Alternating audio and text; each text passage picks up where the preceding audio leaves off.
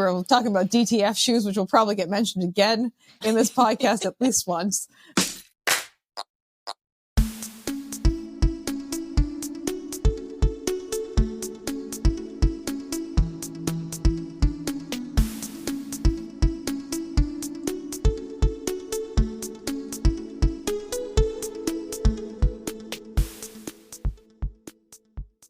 Hello, my friends, and welcome back to Runnah, running on Cape Cod, Massachusetts and beyond. I'm Juliana, and welcome back to your favorite local running community. We are here today with you guys all virtually because we have two local people who are just a little bit less local than I'd care them to be, because it would be nice if they came down here to Falmouth with me, which I was already convincing them to do so multiple times already. But we have Erika and Eric of the Beyond the Runs. That doesn't make any sense. On the Runs podcast. I think as we mentioned the Believe in the Run people earlier, and we were talking about DTF shoes, which will probably get mentioned again in this podcast at least once. But welcome Erika and Eric to Runnah. Juliana, thank you so much for having us. This has been such a blast of a day. I mean, you did mention that we got to talk a little bit before this, but thank you for having us on your podcast. It's absolutely an honor. Yeah, I'm wicked excited, and I can't wait to talk about some DTF shoes. Yeah, wicked excited about those DTF shoes, which was a driveway to forest. I would have loved to have driven down to the Cape, by the way, but it's, even though we're local, that's like a 4-hour drive for us sometimes. We're in New Hampshire, so depending on traffic. Maybe when it's warmer in the summer, or maybe around the Cape Cod Marathon, which I can't wait to do one day. But no, I am wicked excited to be here, and sorry we couldn't make it down to Falmouth. Oh, no worries, because I know that you guys will come down here eventually and you'll have a nice time and it'll be great. It'll be wonderful. But let's get started by hearing just some background as to who you even are, because we know obviously you host a podcast. It's like, here you are hosting a podcast. Wow. And so what is your history of running? What makes you qualified to host a podcast? And Erika, we'll shoot it over to you first. Sure. Well, I still don't know. I have a bit of imposter syndrome sometimes when it comes to running and what qualifies me. But I've been running since 2009. So, I mean, you get 16, 17 years under my belt almost. And yeah, I mean, I didn't grow up as a runner. I was more of a soccer player, and I picked up running at the end of college, like outside of college, just as a way to stay fit. And the one thing that hooked me was, I know that you love your local running community, and I started running because there was a road race that fell on my birthday that particular year. So I trained for it, and that was my hometown road race, and I go back for it every year. And it's kind of like the special thing that linked me to the running community to start with. So I've been doing the road races. I kind of do like the longer distance things these days. I've been doing a lot of marathons, been doing a lot of traveling. I know you're on your way to getting your 6-star soon. Yeah, I got mine a few years ago. And I got another one on deck. I have a plan to go to Sydney coming up in August. And this might be an exclusive, actually, because we haven't announced yet on our podcast. Yeah, we'll see. Exclusive breaking news on the Runnah podcast. But I do love the marathon distance. I have been getting into ultras. I think they're so much fun. The vibe just is. Have you run the ultras yet? I have. Which ones did you run? Total number of ultras I don't know, but I have done 700 milers before. 100 milers, not 700. But that's impressive. That is something insane. But crazy. Yeah, right. But just that community, that side of the running community is just absolutely incredible, and I'm just happy that I can be a part of it and meet new people as cool as yourself, and just make new friends. It's totally fun. What's your favorite like race that you, besides like your hometown race? We'll put that in its own little category because that has like all that nostalgia built up around it. Do you have like a favorite race of all time that you've run? Ooh, of all time.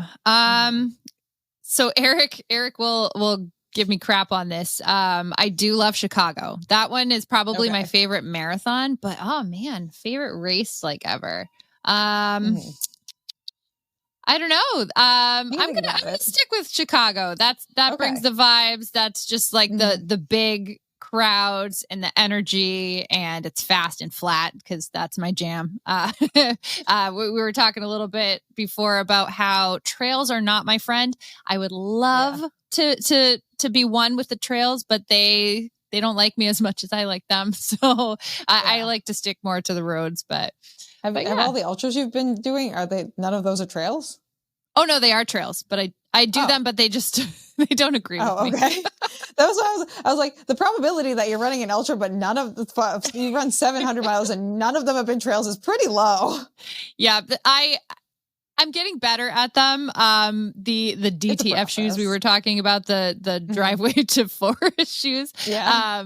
They have actually been helping me a lot because I tend to trip over the big lugs, and I'll just find every little root and rock. And so the hybrid shoes with the slight tread on the bottom have been much nicer to me than the normal shoes. So I'm working on it. I'm getting better. It's a process, you know. Sure, it's a process. And Eric, what about you? How did you get into running? What qualifies you to host a running podcast? Well, I'm a little bit opposite of Erika, where she feels like the imposter running podcaster. I've always wanted to do a podcast, and I even thought like years ago, I'm along for the ride. Right. I thought years ago I'd be great on talk radio. However, I can't talk that well, and I mispronounce words all the time. But I've been running since middle school. I can remember the first time in a gym class running was like on the plane, not the mile, but we did like this trail run. I was in 6th grade. And the teacher happened to be the cross country coach, and she got me to sign up for cross country. So I ran cross country in high school and middle school. I was not fast, but I just enjoyed it. And I did it to train and get in shape for hockey. And that's what running has been for me the entire time, is just something to get in shape. When I feel like I'm out of shape, I start running again. I ran, like I said, in high school. I made varsity like 1 year, and my goal was not to finish last. And I didn't, because I remember seeing a kid fall and I passed him. I'm like, yes, I'm not going to finish last. But ultimately I ended up finishing like 30th to last, and I was super impressed. It was at That's pretty good. Yes. Well, hundreds of runners. I had one race in Vermont called Thetford. It was like the Thetford International. It's this academy up in Vermont. And it was so big, they had multiple waves. So I was like in the 4th of the 5th wave.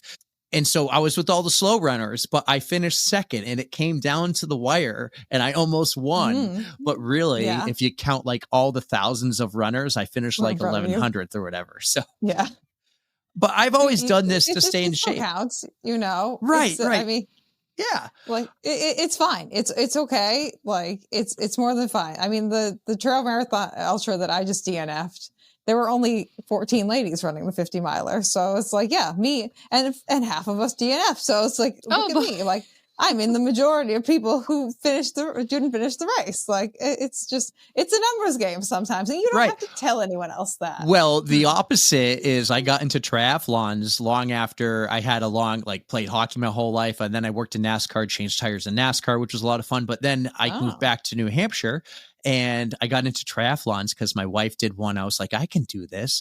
I finished second in my second ever triathlon in my age group, and they called me up. I'm on the podium, and I'm looking at the winner. I'm like, I remember I was running and you passed me. I was that close to winning. And they never called someone up for third. So I finished second out of 2. Yep. But I got to know that. Right. But I got like a $25 gift certificate to Millennium Running or something. I was like, I'll take that. So win's a win. Yeah, that's what I say too. You know, one of my favorite things to see, so I follow this YouTuber whose username is Ran to Japan, and he is a British guy living in Japan, and he's been winning a bunch of races. My favorite thing to see is what they give him as prizes for winning these races. Like, he got like 10 pounds of rice for winning second place in a marathon. I love that. I was and like a shipment of flowers. I was like, that's nice. That's a fun. And he's just like, they just keep sending me things. Like, you just get like this influx of like random prizes. I was just like, that's kind of fun. That's what I want to buy. Like, and when I won the Watuppa 50K this spring, I got a stump. I was like, that's nice. And people were like, what did you get, Julianne? I was like, a stump. They're like, and a stump. Imagine coming back from that race in Japan with like 10 pounds of rice, and customs looking at you and saying like, rice. I won the marathon, you guys. Like I ran like a 2:10 and I got like 5 pounds of rice. Incredible. I love it. And then, yeah, we're just podcasters who have a fun time, and we don't know what we're doing half the time. Sharing our love of running with whoever wants to listen. Yeah. Somehow this happened, and we can't believe it. I mean, it's pretty wild, honestly. And I think that's kind of where I want to head with this too, is where does the community come into this? Because in my head, you guys are kind of MCs of the community in New Hampshire, in New England. You know so many people. I mean, I also know that I know people like Julia, you know a lot of people. But then I look at you guys, I'm like, no, they know a lot of people. And it's just, you're people who are curating a community in a positive and inclusive way. And it sounds like it didn't start off like that. It sounds like it started off like Eric kind of wanted to start a podcast. Erica was like, fine, let's do the podcast, Eric. Like, whatever this stupid idea, like, I'll do it. I told her I couldn't do this by myself. I need you. Honestly, Juliana, you nailed it. That's basically what happened. So Eric cooked up this crazy idea for the podcast. It was during COVID time, so we really didn't have any races to run, but we still wanted to be fit and an excuse to see people. So we would get together, do our long runs, and I feel like I should let Eric tell the rest of the story because it's usually his issues that that came up with the name for it. That's how we came up with the name. Yes. But the real thing is I just was taking in all these podcasts, whether it was hockey or NASCAR or whatever, but I loved the storytelling aspect. A storytelling podcast, and I wanted to have one of those, and I wanted to have people to come on and tell us their stories, their best stories and their worst stories, the code browns as we call it. And I just saw like I looked up other podcasts to see if they had the similar names and stuff or what they talked about. I really don't listen to running podcasts, so I tried to figure out what else was out there. And I didn't feel like somebody did. Well, no, people do exactly what we do, but I kind of feel like I took its identity into the form of the other 2 podcasts I really listened to, which are one was the Dale Jr. podcast. And I loved hearing all the stories that people come and tell him about his dad, because Dale Jr. lost his dad at 25 years old, and he didn't know a ton of these stories. And then the hockey podcast I listen to, they just have guys come in and talk about storytelling. And I think that's kind of the community has kind of appreciated that and taken in and enjoyed these relatable running stories. And that's kind of the direction I think we've taken, is just storytelling. We tell our own personal stories, but we really just want to focus on the guests and pump their tires and hear their story. Yeah. Where does the poop come in? That's the relatableness. Most everybody has their own kind of story about what went wrong on a run. And that's probably the worst thing that can happen to you on a run, besides being injured or something. Any distance runner, if you've run over a half marathon, you have at least one good story. It is so relatable. I ran by it the other day, actually yesterday on my run. There's one spot where I took my first poop ever on a run where I'm going to enact a memorial at some point. See, everybody has that story. And yes, it's super embarrassing at the time, but every one of us has one. No, I don't even think it's embarrassing. I just think we all have a code brown. Like I had kind 2 code browns. Normalizing it then, right? Yeah, but I mean, normal. I just ran the New York City Marathon. It was the greatest run ever, and I took 2 poop breaks.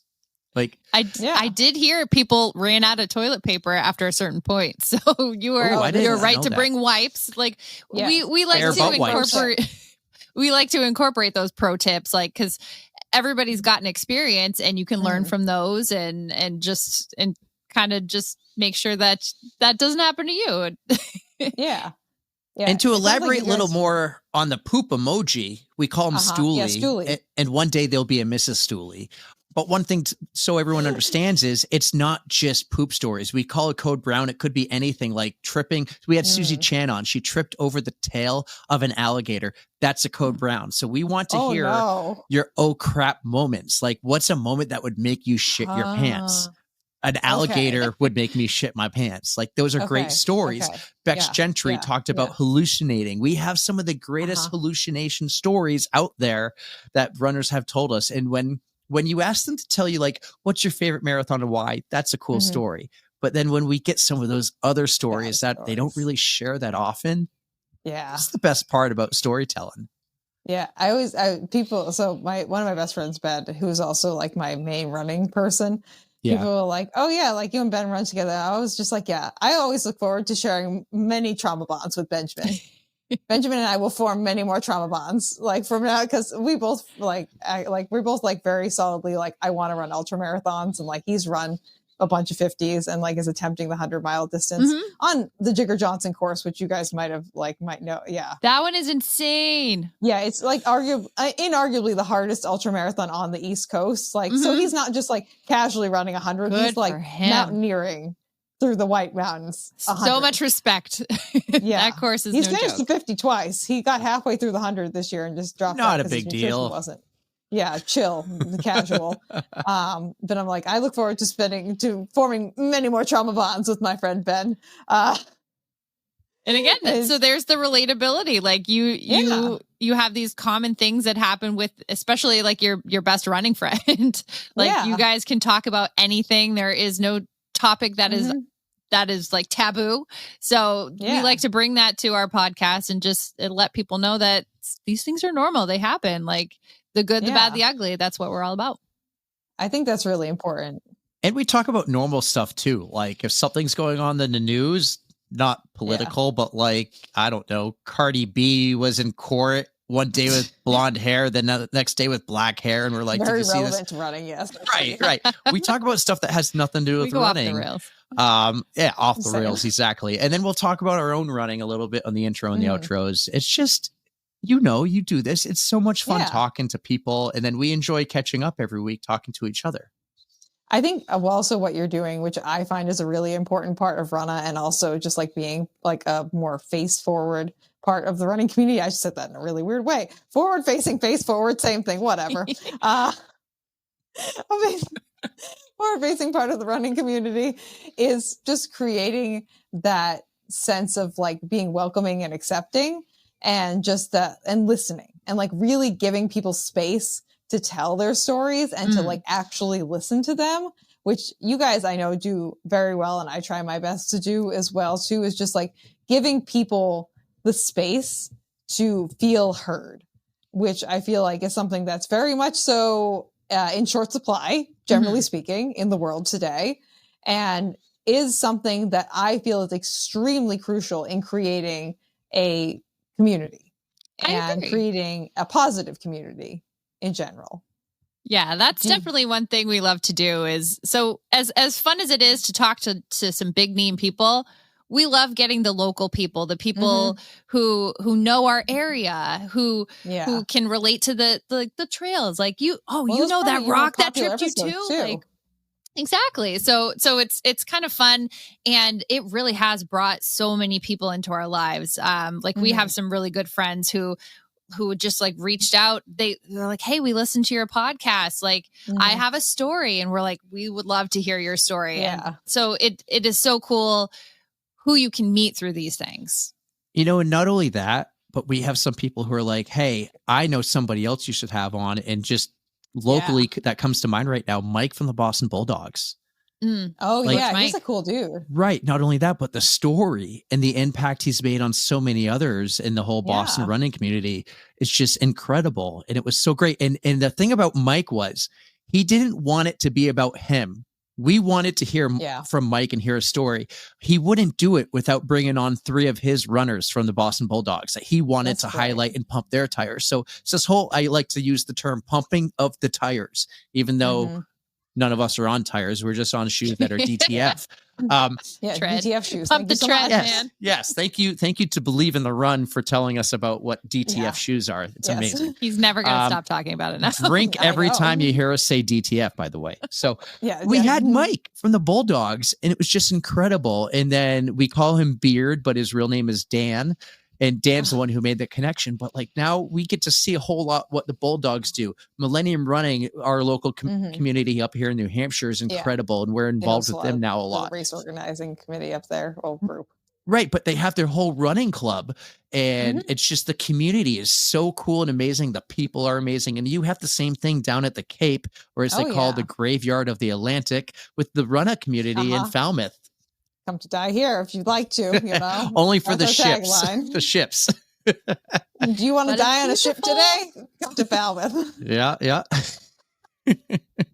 But no, it's really fun, it in, and the people are amazing. And one thing having big names are cool, and we try to get some big names, and we've gotten some big names. Like, God, nobody will ever beat Catherine Switzer for episode 100. But locally, we'll never leave the local New England minus Connecticut running community. You can't alienate a state. Come on. It's just fine. It's okay. They understand. They have enough money down there. But we love you, Massachusetts. I'm just right over the border in Nashua, so I'm not far from you guys. Oh yeah, you're like right. I was just looking at Ghost Train. I might go. I'm your neighbor. You should go to Ghost Train. I might run Ghost Train. I'm probably gonna do the 30-hour one, so that way I can like at least hit 50 miles. Because I know myself well enough where like if I'm out there, I'll like be like I'm just gonna walk, and then 5 minutes later you'll see me going back. Hi guys, I'm running again. Like I just know myself well enough. Isn't that so cool? Like, if I stop to walk, I will start jogging / running again, and then we'll probably get up to at least like 70 or 80 miles if I'm out there. Yeah. Isn't that so cool about the ultra community? I've never run an ultra. I'm envious of the community though, because of the crowds, the people. It's small crowds, but like you talk to everybody. It's so cool. A marathon or 5K, there's thousands of people. These ultras, there's maybe 100, 150, and you become best friends with all of them. And they're all weirdos, and it's great. If you're crewing like me that I've done in the past, you fit in with the crews, and you talk to them. It's such a cool community. I'm envious that I'm not an ultra runner yet. One day, but it's years away. The crew people are like the normies of like the ultra running. Like if you want to meet, Erika knows you meet the freaks when you go out in the trails, and those are my favorite people. Mine too. I love it. The vibes are so good out in the ultra world. People are like, "What are you doing?" And I'm like, "I don't know." And then you talk to some guy who's like been hallucinating for like an hour about like a fox that's chasing him, and the fox is rainbow colored, and you're like, "That's a nice time." Erika, you need to tell them about Celeste. Oh my God. One of my favorite ultra runners. She's just absolutely amazing. She is from Connecticut. So I told you not all things from Connecticut. Not all bad things. They're just not part of New England. But she was like the resident ultra runner, and I was doing one of the local ultras up in New Hampshire. It's called Hamster Wheel. So 4-mile loops over and over and over again for up to 30 hours. They have got a lot of different races, but we saw her because she had 2 different color hair, a green and a purple, I believe at the time. We love it. So we're like, well, we got to talk to you. You look fun. And she was telling us some of her stories. And one of them was how she was out there in the middle of the night and she sees a fox on the side and she gets so excited, goes over to pet it. It's a rock. So she eventually like, we kept calling her Foxy Lady. We're like, you are just so awesome. And she eventually got a tattoo of it. She's just so wonderful. Oh, that's fun. You never know what you're going to get with ultras. And so this past year, I just hung out at Hamster Wheel. I did not run it. Last year I did, but not this year. And I was cheering people on. I was wearing a pickle costume, like just hell yeah. All I could do to just raise some spirits, get people to keep moving. Like that's what the ultra community is all about. That and snacks. So that and yes, many snacks to be had, like eating and power hiking and running. Power hiking. Yep. 100%. It's all good.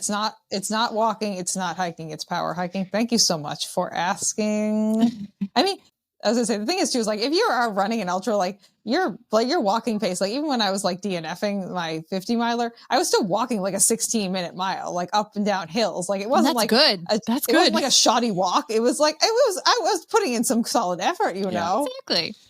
You know, it surprises me. Some people like, and I've done this myself because I've never run an ultra, but I've crewed in, what do you call it when you run pace? I pace people. I pace you, Erika. People, yes. It surprises me that they don't sign up because they end up doing like, I paced you, Erika. I did half a marathon that night. Yep. Yeah. Yep. I'm like, why don't I just sign up next time and get the medal? I'm already out there with you. And then I get to pace you for the beginning instead of the second half. I feel like ultra marathoners are also people who are like, I don't want the trinket. Like you get to like, the more the distance is, the more they don't want the shirt, they don't want the medal, they don't want they're like if I run like the buckle. Yeah, but they only want if they run like a really big distance. Like they're like, I have to hit like 200 miles before I get a belt buckle. Everything below that doesn't count. And it's just like, which is funny to me, like, again, like being part of the Cape Cod Marathon weekend and like seeing like so many different like categories of people between the 5K, the relay, the half and the full and the chowder, and like seeing, like, the chowder arguably is an ultra marathon, you know? Oh yeah, absolutely. So like you see those people, and those are like the people who like also have signed up for like Ghost Train and like all those other ones and like, you know, anything. But just to see the different like personality types that fall into each category and like the different desires for the medals and like the shiny objects. I feel like the farther the distance goes, the less the people want the shiny objects. Like the shorter the distance, people are like 5K. There's nothing wrong with 5K. Absolutely nothing wrong with 5K. Congratulations to anyone who runs a 5K. But they are like, in Harry Potter terms, they are a niffler. They love like gold shiny things. Yes. And they're like, I just want the gold shiny thing. And I will run a 5K for a gold shiny thing, but don't tell me that I have to run a 10K for a gold shiny thing. Just the 5K for the gold shiny thing, please. Whereas like the ultra marathon runners are like, I'm out here for the scars. It's like, oh, I have my fair share of that, but I also would like a shiny thing. Thank you very much. Yeah. I knew that I was an ultra marathon runner when I DNF'd the 50 miler, and like I had so much pride in myself, and I emailed the race director because they didn't put my race results on the website. I was like, please put my DNF on the website. Oh, this is what I would like this hard copy. Ben, my best friend Ben was like, he's like, did you get your race results, your DNF on the website? I was like, yeah, I'm proud of that DNF. He's like, good. I was like, yeah, that's right. They can't tell me I can't DNF. And you worked hard for that DNF. Yes. I worked very hard for that DNF. And I was like, there was my family was like, did you get a medal? Did you get anything? Like, did you miss out on anything? I was like, no, this was a trail animals race. There was no medals to be had. I feel an immense amount of pride in that DNF. So do not leave it off the website. Oh, you did a TARC race? Say less. Yeah. I get it. Oh, those races are gnarly. It's bare bones. It's very bare bones. And like I said, there were only 14 ladies who signed up for the 50 miler. We started at 5 a.m. You still went out there. You tried, you did what you could, and you trained. So that's that's most of the battle. That was just your victory lap. Yeah. I mean, honestly, like endurance wise, I was fine. Like I finished and I was just like, my head was throbbing because I slammed it twice on the ground. And that was really, and my rib cage hurt to breathe. And that was kind of why I was like, that's hard to get over. Yeah, maybe we make the responsible choice and we back away and we save that for another day. There you go. Know? You were responsible. You were thinking. You were thinking straight. Where I would have been the opposite way. I'd be like, "There's no way, depending on if I travel or whatever, that I am going to DNF this race." Like I did Ironman Mount Tremblant, and I was like, "I got 17 hours. I have to finish this." I finished with plenty of time, but I was like, "There's some people who done Ironmans. Lionel Sanders is one, and I." Never really loved Lionel Sanders, but what I did like about him was he'll always finish if he was having a bad day. I'm not trying to say like, oh, you should have finished, but I'm saying like, I'm the one who would be stupid and finish. And you're the one who is smart. And it's like, I hit my head twice. I cracked some ribs. You were thinking straight. You had a good head on your shoulders. I'm the opposite, but I was very proud of myself because like, 5 years ago, Juliana would have just been like, no, we're pushing all the way through. And now like this Juliana was like, no, it's not worth it, Juliana. Just like, you want to do bigger things than this. This is not your goal race. It also works out. You're smarter. Like, you're smarter. I'm smart. You both are smarter than me. Smart. Yeah. Well, deviating from that a little bit, but yeah. So building community is like something that you guys is really important to both of you. And for you, what has been like, I would say, what's the biggest moment for you where you've realized like has proven to you like, oh my gosh, like we really have created this like positive community of runners and non-runners that we just really weren't even thinking about maybe when we started this podcast? Have there been like any big moments where you've been just like had to like mentally remove yourself from your body and been like, oh shit? Well, there was a point, I was running Bay State one year and somebody actually came up to me and was like, are you Erika from On the Runs? And I was like, oh my God, I just got recognized. What happened? Like I didn't realize what kind of reach we had.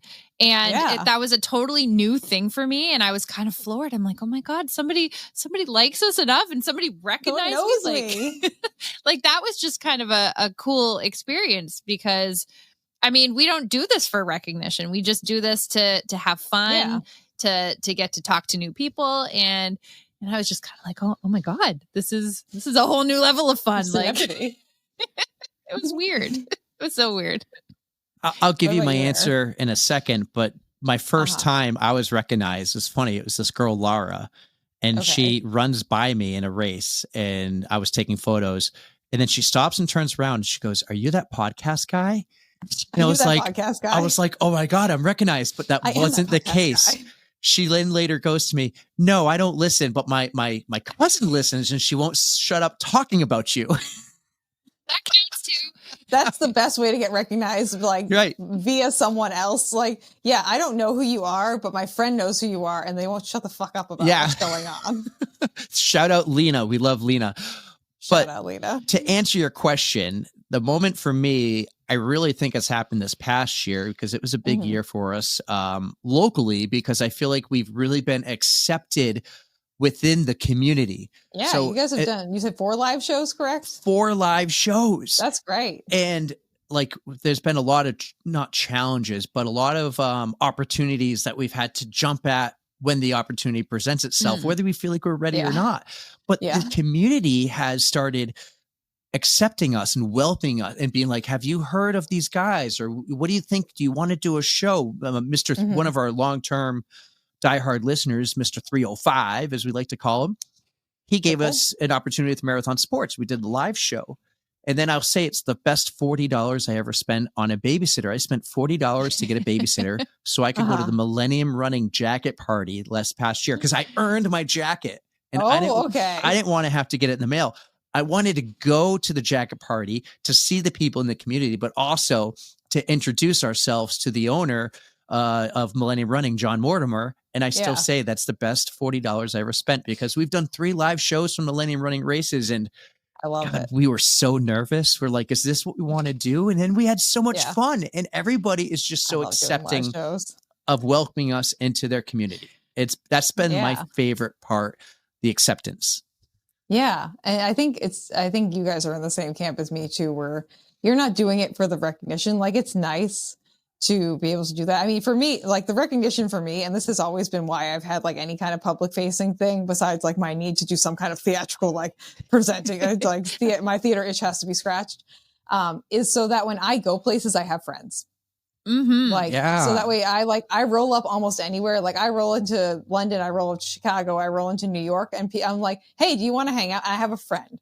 And that's beautiful. Like really my end goal is just like, I can make the most like wonderful, like I know I have good, wonderful people who I am friends with, who that like, if I travel places, if I show up to a race, like if I go up to any of the Millennium Running races, like chances are, like given the fact that I'm now like intermingling with the White Mountain Endurance people now too, I'll probably have at least one person who's like, "Hey, Juliana." And I'm like, "Oh my gosh, I have a friend."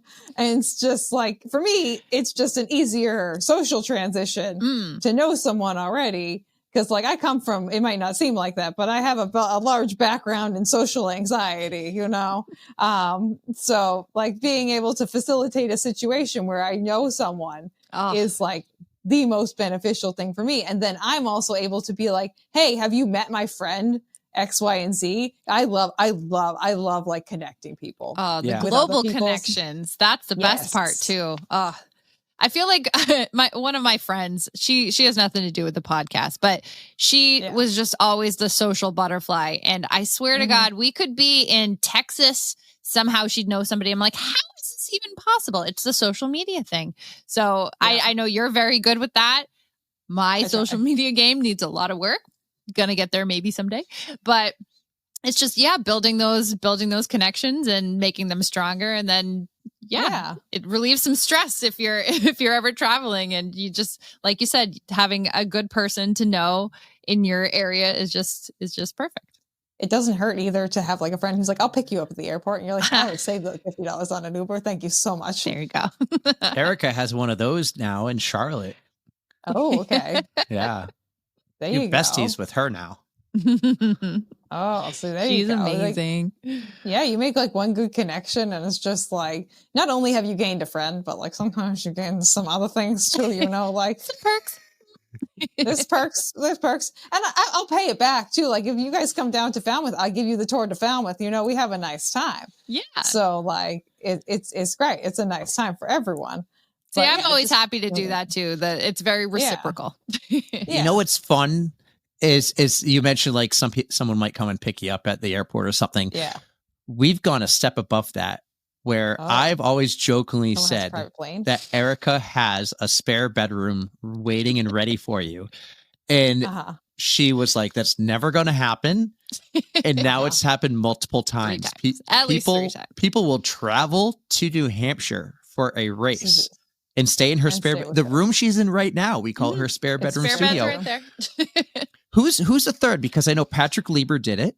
Wyatt Moss, Wyatt Moss, he ran all the 50 states. He's the 50 state guy. He stayed in the spare bedroom. Yep. And who was the third? And then Jeremy, our new Chad Ultra friend. Oh yeah. Ultra Chad. He came all the way from Washington. He ran Ghost Train last year and I said, yeah, come on over.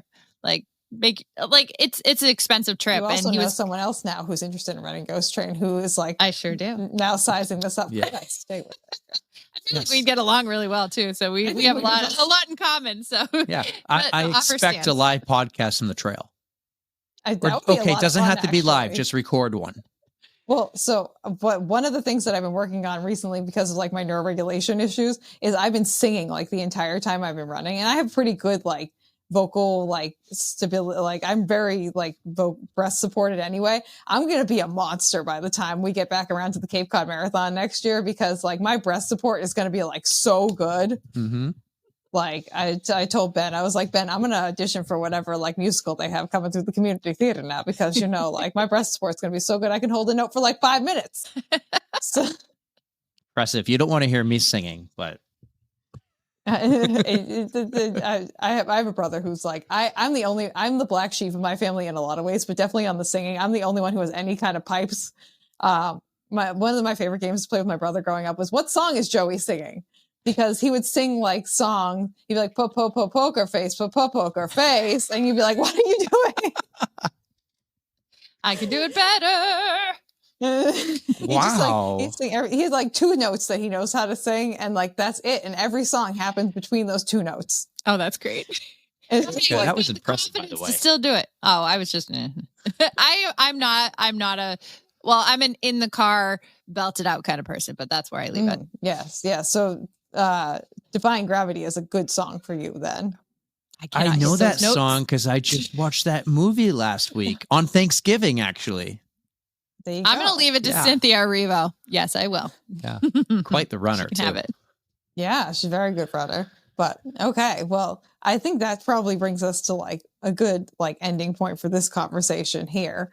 Let's delve on into, we could talk for years, but like, too easy. We'll save that for when I'm running 30 hours at Ghost Train, That's the perfect opportunity. Yeah, it'll be a real nice time. You come check in back in with me. But Julia, you still running? I am still running. What are you doing now? I'm power hiking. Great, cool. What are you thinking about? My body feels like a taco on the inside. All relevant feelings for an ultra. All relevant feelings. I mean, I go on those runs sometimes where like I haven't eaten cornbread for a while or like whatever that food is. And like all of a sudden internally, I just feel like a cornbread and like you just like kind of. Yeah. So relatable. If I ever sounded insane, it is in this exact moment. But we'll transition out of feeling like cornbread internally to what shoe do you choose to use, which is the segment where I'm going to ask you guys both to present me with a shoe or multiple shoes that live rent-free in your brain. And it can be for any reason that you choose. Either it's your first shoe that you ever ran in, it's your favorite shoe ever, or it's a shoe that's currently on your feet, or it's a shoe that you absolutely despise and did you dirty, Ooh. So yeah, we haven't had anyone roast a shoe yet, but like I could totally, I'll roast shoes if I have to, as the person who's wearing multiples. But let's start with you, as tradition is it. Erika, we'll start with you. You can tell us what shoe or shoes do you choose to use? Okay, so my go-to shoe, I'm going to pick a race day shoe because we were talking about some carbon plates and some cushiness. Yeah, boingy fun times. Mm-hmm. Yes. My favorite one at the moment is the New Balance Super Comp Elite. And wait, I thought she was supposed to guess. No, I thought. No, you made that version up.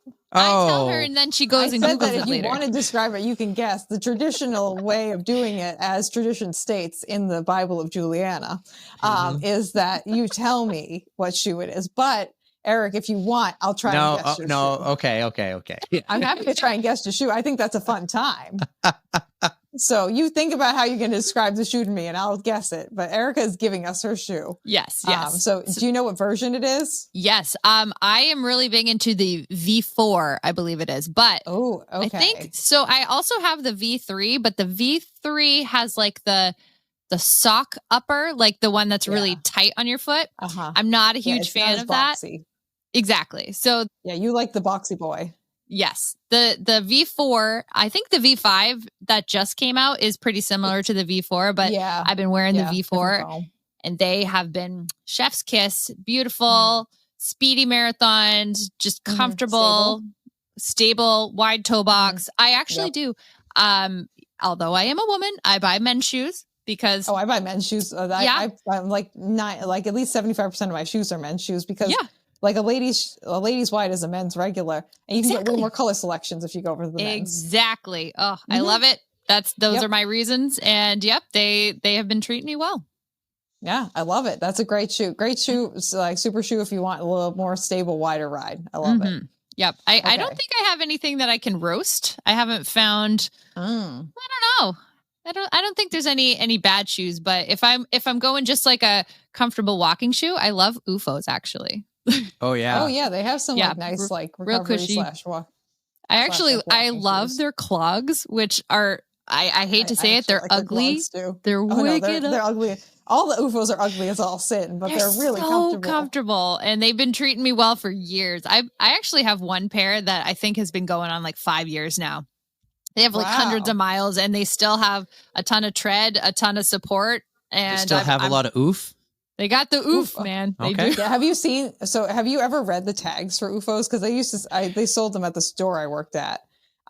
They spell everything with the double O, so it's like the ooh mega and the ooh, like the ooh la la. And so one day I was chasing around our merchandiser Adam, and I was like, everything that had an ooh or an O in it, I was like, how are you doing?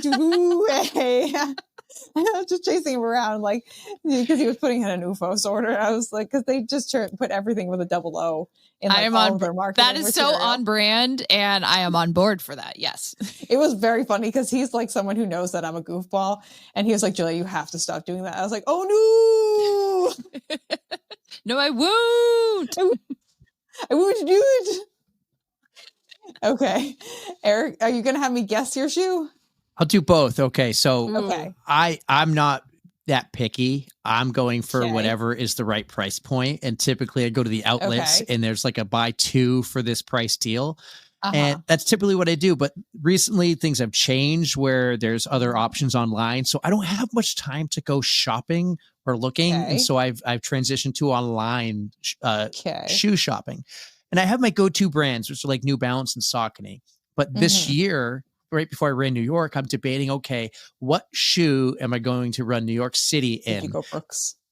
I actually just tried Brooks this year, and I like a pair I currently have. I couldn't tell you, is it Ghost? The Brooks Ghost? That's what I have. That's one of my pairs.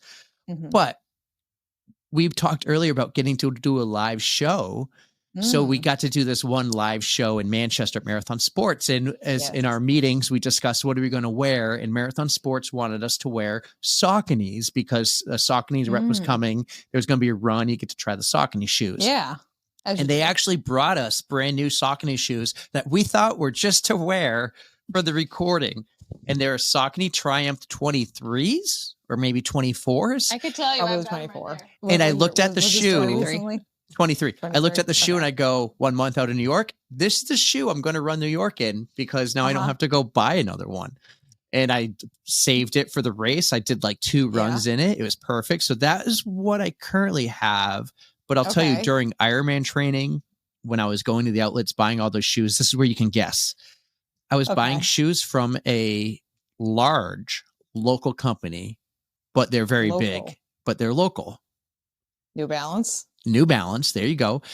And the shoe was Dale Jr. Donut.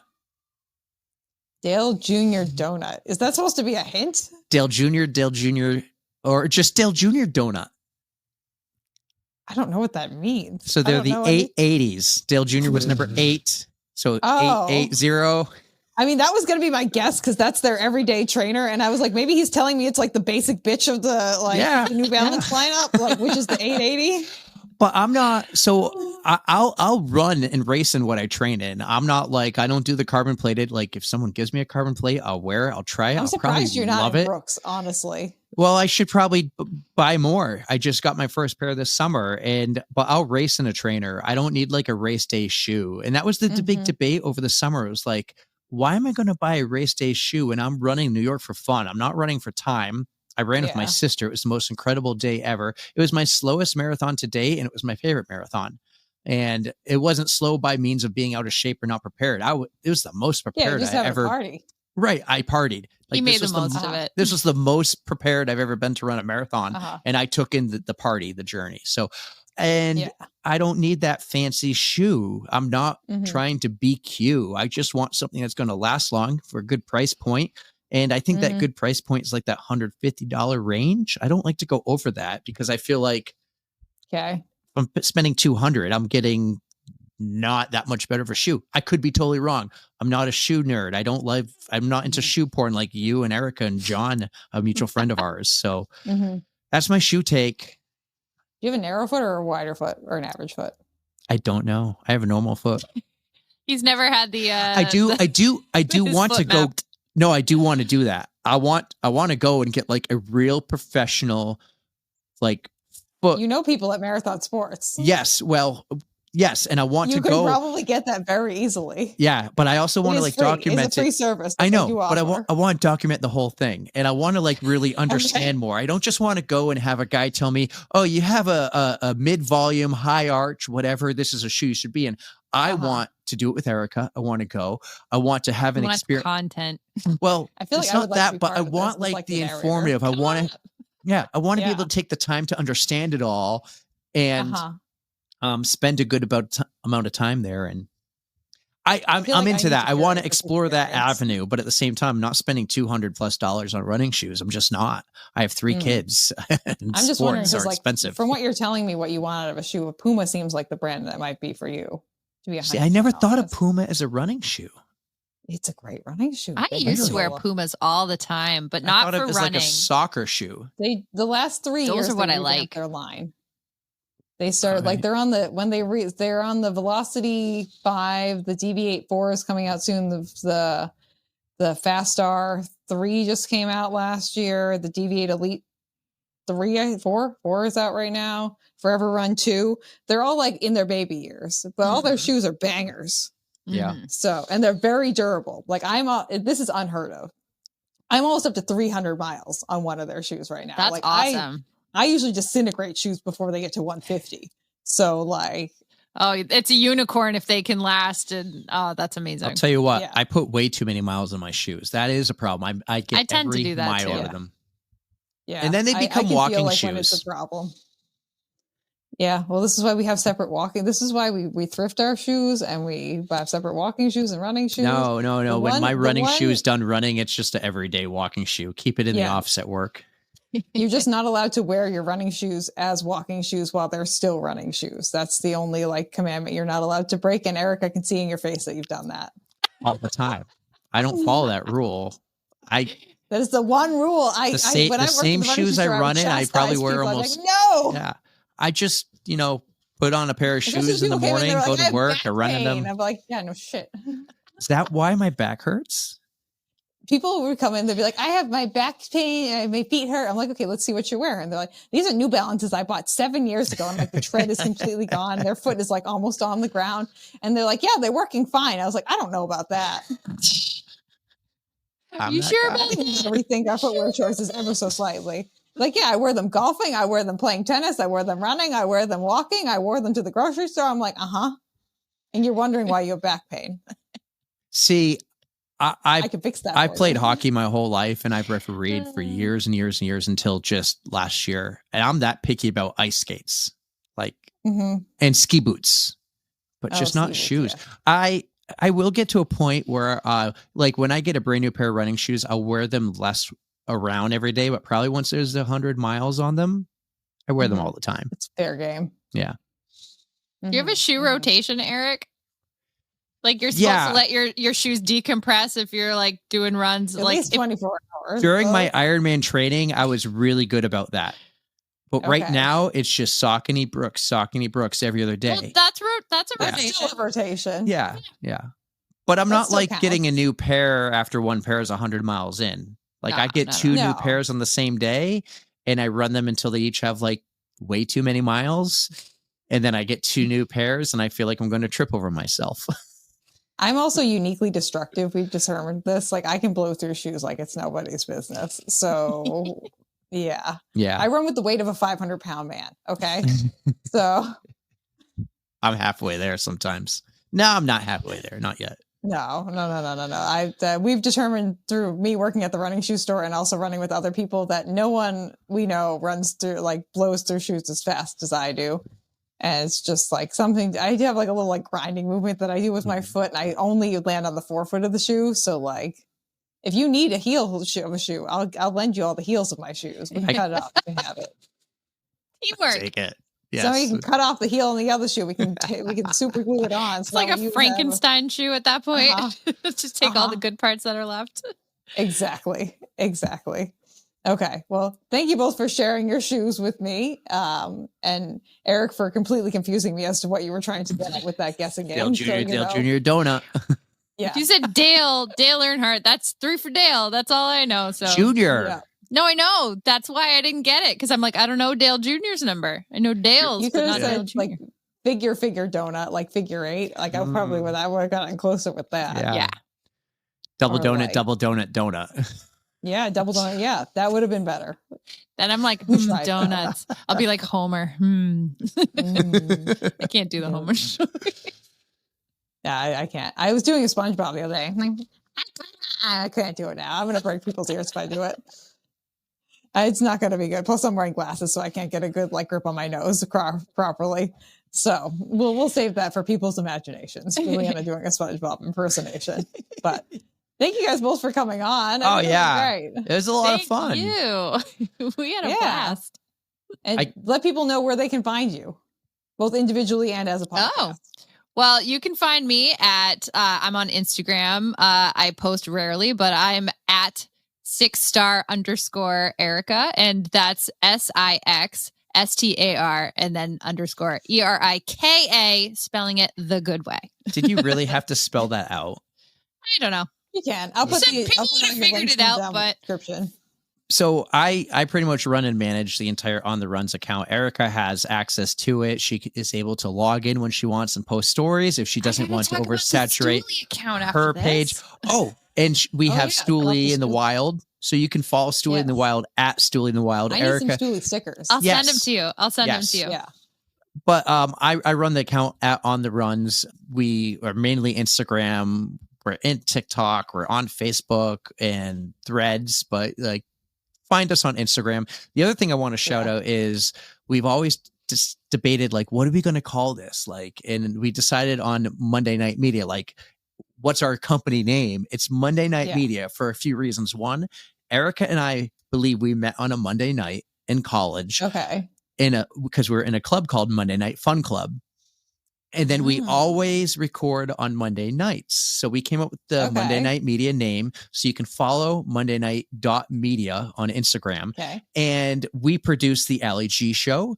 We are going to start producing another podcast next year. We also have a podcast we produce called The Recrap.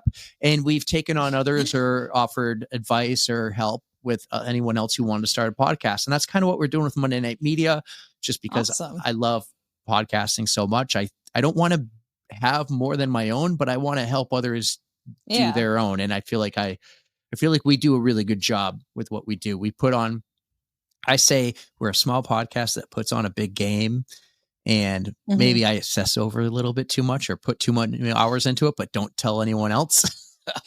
Follow us on Monday Night Media. Follow us at On the Runs. I do have my own personal Instagram account. It's called Newt.Eric, I think. KNUTE. I think, Erika, is that my personal handle? Okay. I know. I like that you don't have any idea what your personal handle is. I don't He rarely uses it.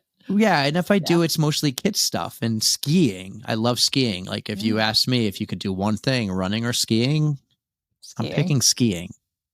But I love running. We can't be friends anymore. He's off the podcast.